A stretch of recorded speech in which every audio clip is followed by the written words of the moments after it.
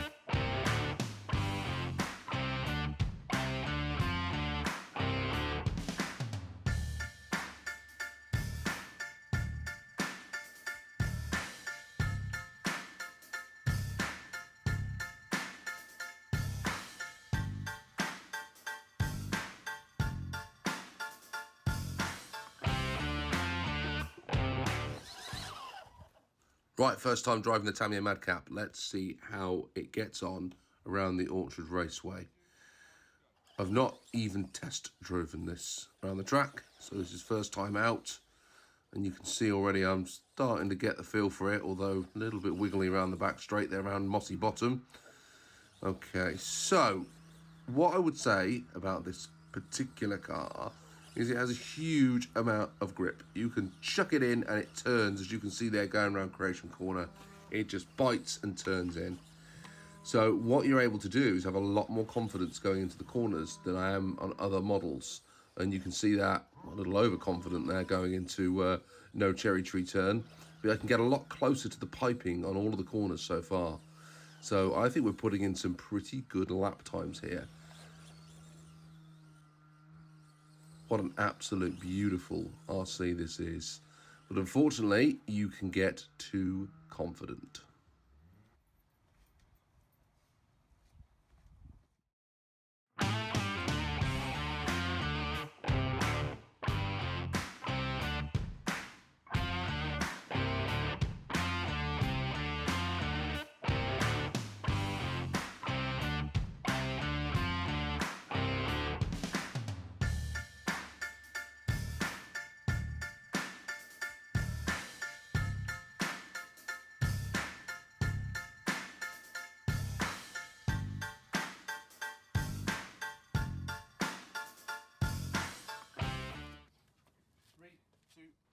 So the Madcap set down a real fast lap poster here. Unfortunately, didn't manage to complete all of the laps. So the door is wide open here for the Thunder Dragon. If only I can keep it on the track. Now, what I can certainly say about this RC from these initial couple of laps is it handles absolutely wonderfully. The car doesn't have any oversteer or understeer. It just, out of the box, does what you want a four-wheel drive RC to do. It's consistent, it's simple to drive. You know, it's a RC of its time, so it's not as low profiled as some of the four-wheel drive models that we see today. But it's so good to drive. You can get so much confidence out of it, and certainly you can see here, well, a little bit of an accident there, but for the most part, I'm just doing consistent lap after lap after lap, which also means this one's going to be posting a pretty good standard deviation as well.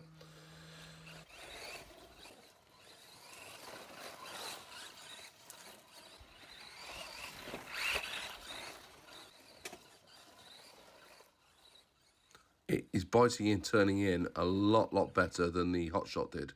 So you can see, just going around these corners, how much more confident you can be. And the lap times are getting quicker and quicker and quicker as this run goes on. There is nothing wrong with this RC. If you're on the fence about getting one of the Thunder Dragon or the Dragon series cars, go and get it. If you like driving buggies, this will be, hey, I don't know what happened then. Jumped over the barrier. We'll scrub that particular lap, I think. Yeah, these cars are just fantastic.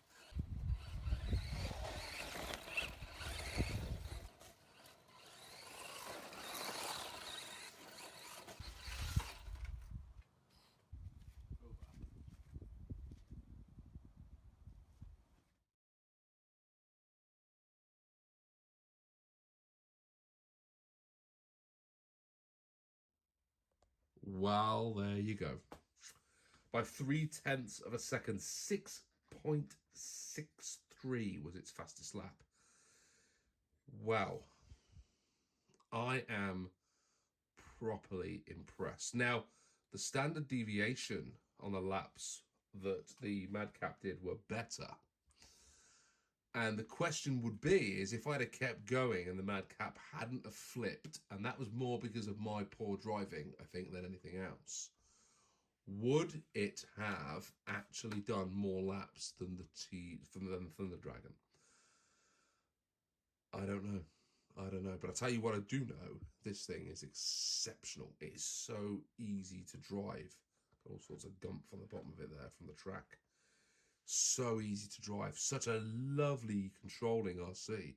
I can see why, yeah, you compare this to the Hotshot. Hotshot's in round 2 as well. There's half a second difference around the Orchard Raceway alone on these two models, and the bear in mind that's stock. This drives so much easier. I can't remember precisely on the Tamiya timeline. This was a couple of years on from the Hotshot, and you can see why it's so much better. So I'm properly impressed with this. I think we have got. I said it. I called it when I did the draw. If you guys go back and look at that video, I called out in that draw that I thought I wanted the Madcap to go through because I put my heart and soul into that car and I love it. And I said it'll be typical. This will go and win it. It'll go and win the whole thing. And do you know what? After round 1, this might now be my favourite tip to win the whole thing outright. This is such a great RC. And I'm surprised. I wasn't expecting that. I wasn't expecting it to be quite as good as it is. Now, I hope I'm not over talking it. It's, remember, we've got the TD2 still got to come. We've got the TTO2B, last season's champ, to come. We've got possibly the other big head-to-head run out on the Orchard Raceway. And that is, well, sorry, the TD2's facing off against the Ultima Legendary. I mean, let's not forget that matchup, right? But also, we've got the Cougar hitting off against the Holiday Buggy, Derek, and the DTO2. So anything can happen. Anything can still happen. But I actually think this is going to be up there at the end of the season. What do you think? Let me know in the comments below. Were you impressed? Were you not impressed? You knew the Thunder Dragon was going to be good, and I didn't know what I was talking about. And maybe in the poll that you guys did, you all thought the Thunder Dragon would beat the Madcap anyway, so I'm just an idiot for thinking it would be so close. But actually, I think if I could have done another couple of laps on the Madcap, I think I'd have reeled this in. So, yeah, that drove fantastically. I'm sat here now telling you guys how awesome this is, you know, and I haven't really talked about how well the Madcap drove out on the track before I flipped it, which was my fault, ultimately, you know, driver error. But that thing is so dialed, it's so precise, so easy to drive compared. And this was too. So, you know, that'll be back again. You know, I'm sad, I'm disappointed. I wanted the Madcap to win the whole thing. There you go. I said it. I called it. And this is now what I've got to work with. And I shouldn't be ditching it because it's a great car, but I'm a bit disappointed. There you go. Let me know what you think. Thanks, guys. Thanks for watching. Bye for now. I'm back. It's not bye for now. This is the Madcap. I just wanted to put it on there again so you guys could see it again because I think it's ace and I love it. And it's probably my favourite RC now. Yeah. And I'm disappointed that I'm not going to drive it again. It did, what, 6 laps? And then I flipped it.